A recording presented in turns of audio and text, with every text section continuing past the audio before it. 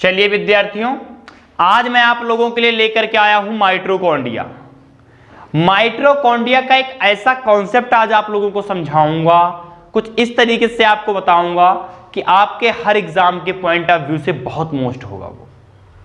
मैं आज जो पढ़ाने जा रहा हूं माइटोकॉन्ड्रिया, कई नामों से प्रचलित, कई नामों से जाना जाने वाला माइटोकॉन्ड्रिया, सेल का सबसे बड़ा दूसरा ऑर्गन, सेल के अंदर जो कोशिका है उसके अंदर पाया जाने वाला सबसे बड़ा कोशिकांग, कोशिका का अंग ऑर्गेनेली, माइटोकॉन्ड्रिया के बारे में। तो आपको पहले ये पता होना चाहिए। चलिए बच्चों स्टार्ट करते हैं क्लास। आपको पहले तो ये बेटा पता होना चाहिए कि माइटोकॉन्ड्रिया के और क्या नाम हैं, जो एग्जाम में कई बार पूछा गया है। तो यहां से ध्यान रखो, माइटोकॉन्ड्रिया को सूत्रकणिका भी कहते हैं। क्या कहते हैं? सूत्रकणिका कहते हैं। भाई कॉपी पेन रख दो, केवल समझ लो, दिमाग में लिख जाएगा। माइटोकॉन्ड्रिया को सूत्रकणिका कहते हैं। अरे भैया माइटोकॉन्ड्रिया को विद्युत ग्रह भी कहते हैं। यह सब मैं बताऊंगा कि इसको विद्युत ग्रह क्यों कहते हैं। अरे माइटोकॉन्ड्रिया को मैंने कई जगह पावर हाउस भी लिखा देखा, आपने भी देखा होगा पावर हाउस। ये जो माइटोकॉन्ड्रिया है इसके इतने नाम लगभग प्रचलित जाने जाते हैं। सबसे पहले तो माइटोकॉन्ड्रिया, दूसरा सूत्रकणिका, तीसरा विद्युत ग्रह और चौथा पावर हाउस। पावर हाउस, अब हमारे दिमाग में क्वेश्चन ये आता है, सर पावर हाउस क्यों कहते हैं? तो पावर हाउस इसलिए कहते हैं क्योंकि क्या करती है, कोशिका के अंदर, मान लीजिए मेरी ये क्या है, सेल है, सेल के अंदर न्यूक्लियस, माइटोकॉन्ड्रिया, राइबोसोम, बहुत सारे ऑर्गेनेली है इसके अंदर, ठीक है, समझ रहे हो, लाइसोसोम, राइबोसोम समझ। अब इसमें ये इसका क्या काम है, ये माइटोकॉन्ड्रिया ये क्या करती,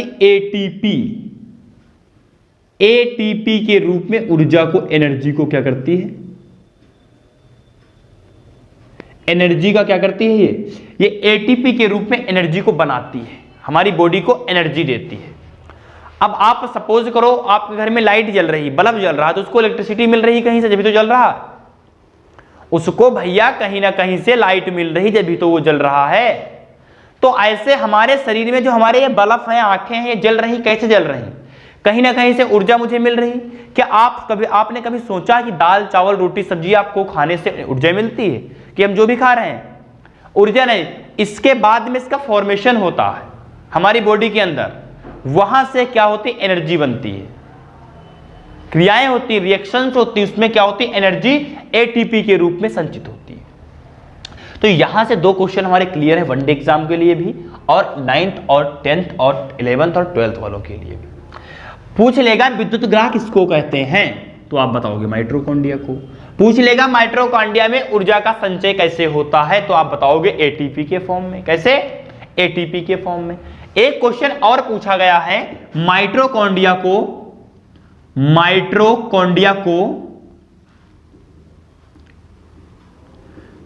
डबल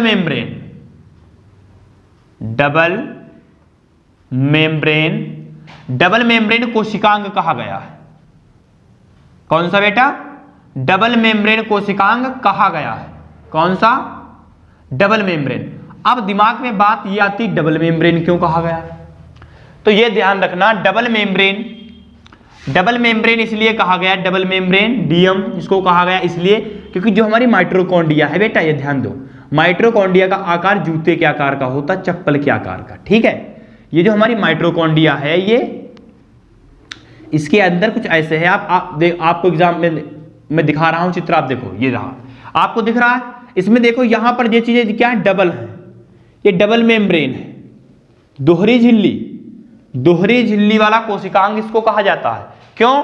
क्योंकि इसमें क्या है, डबल मेम्ब्रेन है, एक दो मेम्ब्रेन है इसमें, इसलिए इसको हम क्या बोलते हैं, दोहरी झिल्ली कोशिकांग, डबल मेम्ब्रेन ऑर्गेनेली, माइटोकॉन्ड्रिया को बोलते हैं।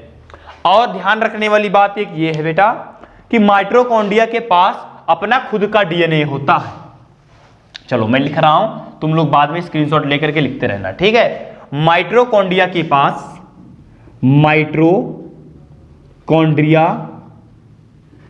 पास खुद का डीएनए होता है। अब खुद का डीएनए होता है, अरे डीएनए का मतलब डीऑक्सीराइबोन्यूक्लिक, खुद का डीएनए होता है। ध्यान रखो माइटोकॉन्ड्रिया के पास खुद का डीएनए होता है। भैया खुद का डीएनए होगा, कैसा डीएनए होगा? जो प्रोकैरियोटिक सेल में पाया जाएगा। कैसी? जो प्रोकैरियोटिक सेल में पाया जाएगा, प्रोकैरियोटिक कोशिका में। अरे कोशिकाएं आपको मैंने बताई थी ना, दो होती हैं कोशिकाएं, मैंने आपको बताई थी ना, पता तो देख लो यहां से। कोशिका जो सेल होती है हमारी वो 2 टाइप की होती है। कौन कौन सी? एक तो होती प्रोकैरियोटिक और एक होती यूकैरियोटिक। प्रोकैरियोटिक और यूकैरियोटिक मैंने आपको बता रखा है। प्रोकैरियोटिक क्या होती है और यूकैरियोटिक क्या होती है। तो जैसा प्रोकैरियोटिक सेल में डीएनए पाया जाएगा वैसा हमारी माइटोकॉन्ड्रिया में डीएनए पाया जाता है। और ध्यान रखना माइटोकॉन्ड्रिया के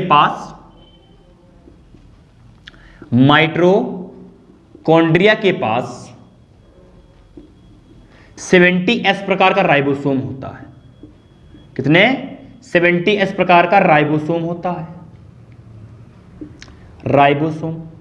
अब आप कहोगे 70S मतलब, समझो जो हमारा राइबोसोम था, राइबोसोम दिख रहा है? नहीं दिख रहा है, यहां से यहां देख लो। जो हमारा राइबोसोम था, मैं इसको हटा रहा हूं, यहां समझा दूं तुम्हें, दिख रहा क्लियर सही से। जो हमारा राइबोसोम था वो हमारा 2 टाइप का था, एक तो 70S और एक 80S। अब आप कहोगे सर 70S और 80S क्या, इसका मतलब क्या है? ये मैं आपको राइबोसोम वाले वीडियो में बताऊंगा। पूरी जानकारी आपको मैं ये राइबोसोम वाले वीडियो में दूंगा कि 70S ही क्यों है, 80S क्यों नहीं, 90S क्यों नहीं, 20S क्यों नहीं। ये अगले वीडियो में मैं आपको राइबोसोम वाले में बताऊंगा। बच्चों हमारे से आप अगर जुड़े हो ना तो आप प्रतिदिन कुछ ना कुछ नया सीखोगे। और आप बिल्कुल किताबी कीड़ा मत बनो। पढ़ाने का मतलब ये है आपको कुछ इस तरीके से पढ़ाया जाए कि आपको भी लगे कि हाँ मैं कुछ सीख रहा हूं, आपको भी लगे कि मैं कुछ कर रहा हूं। पढ़ने किताब में तो सब कुछ लिखा है। तो ये राइबो वाला जो है ना, राइबोसोम वाला, ये मैं आपको नेक्स्ट वीडियो में बताऊंगा। लेकिन हम यहां पर सूत्रकणिका पढ़ रहे हैं यानी माइटोकॉन्ड्रिया पढ़ रहे हैं, तो हम माइटोकॉन्ड्रिया के बारे में ही विरोध पढ़ेंगे। ठीक है, राइबोसोम वाला नेक्स्ट वीडियो आएगा, राइबोसोम उसमें पढ़ाया जाएगा आपको। ठीक है, बहुत जल्दी आएगा, बहुत जल्दी आएगा भाई, बहुत जल्दी आएगा। समझो माइटोकॉन्ड्रिया के पास क्या है, 70S प्रकार का राइबोसोम है। और क्या है माइटोकॉन्ड्रिया के अंदर, सब ध्यान रखना, माइटोकॉन्ड्रिया जो है ना ये सेल के अंदर सबसे पहले बनता है। एग्जाम में पूछ ले क्वेश्चन कि माइटो सबसे पहले ऑर्गन बनने वाला, सेल के अंदर बनने वाला ऑर्गन, तो माइटोकॉन्ड्रिया सेल के अंदर सबसे पहले बनता है। माइटोकॉन्ड्रिया सेल के अंदर सबसे पहले बनता है, सबसे पहले बनता है। भैया ध्यान दो, माइटो, यहां से क्वेश्चन आ जाएगा, डबल स्टार लगा लो इसमें। कौन सा ऑर्गन सेल के सबसे पहले अंदर, सबसे पहले अंदर कौन सा बनता है? तो सेल के अंदर सबसे पहले बनने वाला सेल ऑर्गेनेली माइटोकॉन्ड्रिया। कौन सा? माइटोकॉन्ड्रिया। एग्जाम में पूछा गया है, जीडी के एग्जाम में पूछा गया था, एसएससी जीडी के एग्जाम में पूछा गया था। ध्यान देना, माइटोकॉन्ड्रिया के अंदर सबसे पहले बनने वाला ऑर्गन, सबसे पहले ऑर्गेनेली कौन सा है? सेल के अंदर बनने वाला सबसे पहला ऑर्गेनेली माइटोकॉन्ड्रिया है। माइटोकॉन्ड्रिया सेल के अंदर बनने वाला सबसे पहले ऑर्गेनेली है। समझ रहे हो? कोशिकांग है, ये बात ध्यान रखो। और माइटोकॉन्ड्रिया को क्या कहते हैं, देखो ध्यान रखो। और एक क्वेश्चन आया था कि माइटोकॉन्ड्रिया को, दिख रहा है? नहीं दिख रहा, चलो इरेज करते हैं इसको, फिर आगे बताते हैं।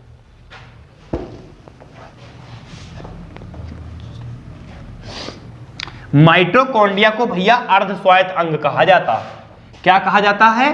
अर्धस्वायत्त अंग। माइटोकॉन्ड्रिया को अर्धस्वायत्त। माइटोकॉन्ड्रिया को क्या कहा जाता है? ध्यान रखो यहां से, माइटोकॉन्ड्रिया, माइटोकॉन्ड्रिया को क्या कहा जाता है? अर्धस्वायत्त अंग। क्या कहा जाता है? अर्धस्वायत्त अंग। अर्धस्वायत्त अंग क्या होता है? इसको इंग्लिश में बोलते हैं, क्या बोलते हैं? अर्धस्वायत्त अंग को इंग्लिश में बोलते हैं semi autonomous body. Semi autonomous body, semi autonomous body, इसको बोलते हैं अर्धस्वायत्त। अर्ध का मतलब होता है आधा, स्वायत्त का मतलब है स्वयं करने वाला, स्वयं करने वाला अंग, मतलब कि ये आधा वर्ग स्वयं करने वाला अंग। माइटोकॉन्ड्रिया को अर्ध स्वायत्त अंग बोलते हैं, यानी कि आधा वर्क स्वयं करने वाला, किसी पे डिपेंड ऑन नहीं है ये स्वयं अपना आधा वर्क करेगा। भैया ध्यान रखना, ये आधा वर्क अपना स्वयं करेगा, इसको क्या बोलते हैं? अर्ध स्वायत्त अंग बोलते हैं। एनटीपीसी एग्जाम में पूछा गया, अर्ध स्वायत्त अंग किसे कहते हैं? अर्ध स्वायत्त अंग आप किसको कहोगे? तो माइटोकॉन्ड्रिया को भी अर्ध स्वायत्त अंग कहते हैं। वहां पर कंफ्यूज मत हो जाना कि मुझे तो पढ़ाया ही नहीं गया अर्ध स्वायत्त अंग। बेटा ध्यान रखो, मैं एक एक चीज पढ़ा रहा हूं। एक क्वेश्चन और पूछा गया है कि कोशिका के अंदर सबसे बड़ा ऑर्गेनेली, कोशिका के अंदर सबसे बड़ा ऑर्गेनेली यानी कोशिकांग, कोशिका के अंदर सबसे बड़ा कोशिकांग कौन सा है और कोशिका के अंदर सबसे छोटा कोशिकांग कौन सा है? कोशिका के अंदर सबसे छोटा कोशिकांग कौन सा है? सबसे छोटा कोशिकांग। ध्यान रखना बच्चों, देखो सबसे बड़ा तो है न्यूक्लियस यानी कि केंद्रक। कौन सा? न्यूक्लियस यानी कि केंद्रक। और उसके बाद द्वितीय है माइटोकॉन्ड्रिया। कौन सा? माइटोकॉन्ड्रिया। माइटोकॉन्ड्रिया, माइटोकॉन्ड्रिया द्वितीय सबसे बड़ा अंग है। ध्यान रखना किसके अंदर? सेल के अंदर। बच्चों माइटोकॉन्ड्रिया को अर्ध स्वायत्त अंग बोलते हैं। अर्ध स्वायत्त अंग क्यों बोलते हैं? क्योंकि ये अर्ध का मतलब आधा, इसको इंग्लिश में बोलते हैं सेमी ऑटोनोमस बॉडी। ये क्या करता है? आधा काम अपने आप ही कर लेता है, किसी पे डिपेंड नहीं है। और एग्जाम में पूछा गया है, एनटीपीसी के एग्जाम में शायद पूछा गया है, मुझे इतना अच्छा याद नहीं है। सबसे बड़ा कोशिकांग, कोशिका के अंदर सबसे बड़ा कोशिकांग अगर बच्चे पूछ लेना तो आप बता देना कोशिका के अंदर सबसे बड़ा कोशिकांग न्यूक्लियस होता है और सबसे छोटा कोशिकांग माइटोकॉन्ड्रिया, यानी कि दूसरे नंबर पर माइटोकॉन्ड्रिया, फर्स्ट नंबर पर ये और दूसरे नंबर पर माइटोकॉन्ड्रिया, उसके बाद राइबोसोम, सब लाइसोसोम, ये सब आते रहते हैं। ठीक है, तो पहला और दूसरा ही पूछता जाता, तो यहां से ध्यान रखना, पहला केंद्रक और दूसरा माइटोकॉन्ड्रिया। अरे क्लियर है? चलिए और बेटा ध्यान रखो, इतना लिख लिया? लिख लिया? चलो लिख लो फटाफट। देखो अब माइटोकॉन्ड्रिया, अब थोड़ा माइटोकॉन्ड्रिया की बात समझ लो। जो माइटोकॉन्ड्रिया होता है, माइटोकॉन्ड्रिया का नाम क्यों पड़ा? चलो अभी बता रहा हूं, चलो आ जाओ, यही बता देता हूं थोड़ी देर में। चलो बताओ, अब थोड़ा इसका आकार, साइज, शेप एंड साइज पढ़ लो। जो माइटोकॉन्ड्रिया होगा उसका जो भैया व्यास होगा, व्यास यानी कि डायमीटर, क्या होगा? डायमीटर। दो चीजें हमें पता होनी चाहिए, व्यास और लेंथ यानी लंबाई। भाई दो चीजें पता होनी चाहिए, लेंथ और व्यास। आप समझो, इसका जो व्यास होता है भैया वो कितना होता है? किसी बच्चे को पता? किसी बच्चे को नहीं पता? चलो मैं बता रहा हूं, इसका जो व्यास होता है 0.2 से 1.0 म्यूएंगस्ट्रॉन। इसका व्यास जो होगा 0.2 से 0.1 होगा और इसकी लंबाई जो होगी वो 1.0 से बेटा कितनी होती है? 1.0। देखो व्यास में थोड़ा ध्यान ये रखना, व्यास में क्या होता है? 0.2 से 1.0 म्यूएंगस्ट्रॉन और लंबाई 1.0 से 4.0 म्यूएंगस्ट्रॉन। समझ रहे हो? ये इसका व्यास है। कई बार एग्जाम में व्यास पूछ लिया जाता है तो हम नहीं बता पाते। ये व्यास यहां से क्लियर रखना। ये व्यास आप सभी को दिख रहा है? हाँ अब दिख रहा है। ये व्यास आपको यहां से दिख रहा है 0.2 से 1.0। व्यास का मतलब मान लीजिए हमारे गोला है इस यहां से लेकर के यहां तक, लंबाई मतलब ये। ठीक, व्यास का रेडियस का 2 गुना व्यास होता है, हमको पता है। तो इसका जो व्यास होता है 0.2 से 1.0 म्यूएंगस्ट्रॉन होता है। इतनी बात क्लियर है? किसी ऐसा कोई बच्चा जिसे समझ में नहीं आ रहा है? आ गया समझ? देव कुमार आ गया? चलो अब इसके थोड़ा वर्क भी पढ़ लेते हैं। कार्य हटाओ इसे। चलो अब हम पढ़ेंगे इसके कार्य क्या होते हैं माइटोकॉन्ड्रिया के। माइटोकॉन्ड्रिया के क्या कार्य? वैसे तो कार्य मैं आपको बता चुका हूं, लेकिन एक बार देख लो, पढ़ लो, है ना? श्राप दे दोगे मुझे तुम लोग भाई, श्राप दे दोगे। कार्य पढ़ लो, इसका वर्क पढ़ लो, इसका फंक्शन पढ़ लो,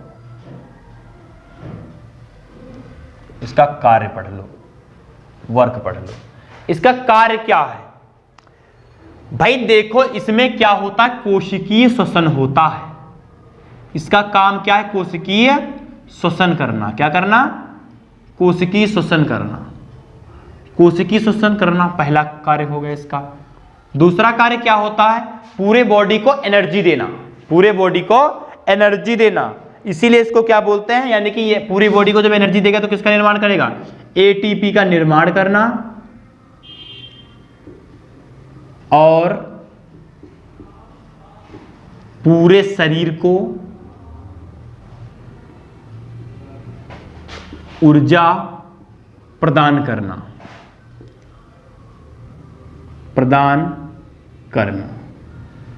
पूरे शरीर को ऊर्जा प्रदान करना, इसीलिए इसको हम क्या बोलते हैं? इसी कारण से इसको हम क्या बोलते हैं? विद्युत ग्रह। क्या बोलते हैं? विद्युत ग्रह या पावर हाउस। क्या बोलते हैं? विद्युत ग्रह या पावर हाउस। ध्यान रखना। अब बात क्लियर हो गई कि पावर हाउस क्यों कहते हैं, विद्युत ग्रह क्यों कहते हैं। आप लोग समझ गए। ये क्या करता है? पूरी बॉडी में जनरेटर का, जैसे जनरेटर क्या करता है, इन्वर्टर क्या करता है, पूरे घर को लाइट देता है। जनरेटर क्या करता है? पूरे घर को लाइट देता है। ये कोशिका का जनरेटर है, पावर हाउस है। पावर हाउस क्या करता है? पूरे एक क्षेत्र को लाइट देता है ना। तो जैसे पूरे क्षेत्र, हमारा बॉडी क्या है, क्षेत्र मान लो, और उसमें क्या है? ये पावर हाउस बना है। ये पावर हाउस क्या करता है भैया? पावर हाउस क्या करता है? उसको ऊर्जा देता है। मैंने आपको बताया कोशिकीय श्वसन भी करता है। माइटोकॉन्ड्रिया में क्या होता है? श्वसन होता है। और जो माइटोकॉन्ड्रिया में श्वसन होता है वो ऑक्सी श्वसन होता है। कैसा? माइटोकॉन्ड्रिया में ऑक्सी श्वसन होता है। कैसा श्वसन होता है? ऑक्सी श्वसन होता है। कैसा बेटा? ऑक्सी। अब ध्यान रखना, ऑक्सी श्वसन होता है। अब तुम्हारे दिमाग में बात आ गई, सर ऑक्सी क्या है? यहां समझ लो, श्वसन जो होता है ना वो 2 टाइप का होता है। एक तो होता ऑक्सी और एक होता अनाक्सी। ऑक्सी श्वसन और अनाक्सी श्वसन। अनाक्सी श्वसन, ऑक्सी श्वसन और अनाक्सी। ऑक्सी श्वसन में क्या होता? O2 की आवश्यकता होती है, ऑक्सीजन की आवश्यकता होती है। बिना ऑक्सीजन के यह श्वसन नहीं हो पाएगा। इसमें इतनी ज्यादा आवश्यकता नहीं होती है अनाक्सी श्वसन में। समझ रहे हो? तो जहां पर O2 की ज्यादा रिक्वायरमेंट है, ज्यादा आवश्यकता है, ज्यादा उपलब्धता चाहिए, वहां पर कौन सा श्वसन होगा? ऑक्सी श्वसन होगा। जहां पर थोड़ी कम है वहां पर कौन सा होगा? अनाक्सी श्वसन होगा। कौन सा? अनाक्सी श्वसन होगा। चलो, तो इतनी बात समझ में आई। माइटोकॉन्ड्रिया में ऑक्सी श्वसन होता है, लिख लो, में ऑक्सी श्वसन होता है। भाई माइटोकॉन्ड्रिया में कौन सा श्वसन होगा? ऑक्सी श्वसन होगा। कौन सा श्वसन? ऑक्सी श्वसन होगा।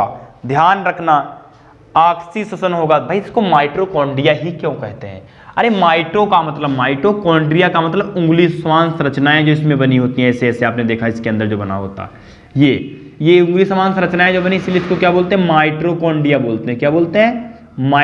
F1 कण होते हैं। क्या होते हैं? ये F1 कण होते हैं, ये माइटोकॉन्ड्रिया। इसीलिए इसको हम क्या बोलते हैं? माइटोकॉन्ड्रिया बोलते हैं। ठीक है, चलो अब हम इसके कार्य पढ़ लिया, इसको कहते क्या वो पढ़ लिया, इसका श्वसन कैसे करता वो पढ़ लिया।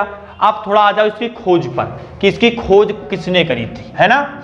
चलो, इसकी खोज को लेकर के बहुत सारे क्वेश्चन आते हैं, इसलिए मैं इसको सेपरेट को बिल्कुल अलग पढ़ाऊंगा, बिल्कुल अच्छी तरीके से। खोज, तो डालो हेडिंग खोज, यानी कि डिस्कवरी। खोज, डिस्कवरी किसने करी थी? भैया ध्यान दो, सबसे पहले इसका जो माइटोकॉन्ड्रिया वाला शब्द था, इसको जो खोज करी वो किसने करी? इसका शब्द जो सबसे पहले, ध्यान रखना, अल्टमैन और फ्लेमिंग ने करी। किसने?